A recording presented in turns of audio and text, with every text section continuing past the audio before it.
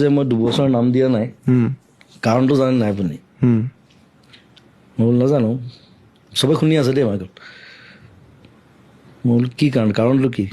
কৈছে 2 বছৰ আগতে মই প্ৰেগনেণ্ট আছিলোঁ আৰু আপোনাৰ শ্ব' চাবলৈ আহিছিলোঁ বৰষুণ দিছিলে খুব আৰু মোৰ পেইন হ'ল আপুনি ওপৰত গান গাই আছে মই ষ্টেজৰ তলত বাচ্চা জন্ম দিছোঁ চ' সেইকাৰণে মই আজিলৈকে নাম দিয়া নাই কিন্তু অদ্ভুত কথা এইটো মানে তুমি আহিছিলা কেলৈ প্ৰগ্ৰেম চাবলৈ মোক কৈছে নাই মই মানে আপোনাক খুব ভাল পাওঁ মই থাকিব নোৱাৰিলোঁ গুচি আহিলোঁ এইটো ষ্টেজত এইটো জেগাটো নাই এইটো ষ্টেজৰ তলত ভৰাই দিলে তাইক ট্ৰেইন আহিলে তাতে বাচ্চা জন্ম দিলে আৰু মই সেইটো গম নাপাওঁ মই ওপৰত গান গাই আছোঁ কওঁতেহে গম পাইছোঁ ছোৱালীজনীটো ডাঙৰ পাছত লগ পোৱা নাই পাঞ্চই চাই আছে যদি তাইও মনত নামটো মন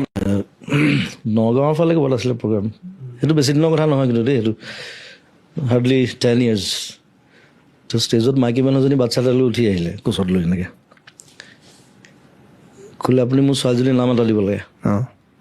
মই বোলো ঠিক আছে বোলো কিমান বছৰ হৈছে কৈছে 2 বছৰ হৈছে তো মই বোলো 500 দি দে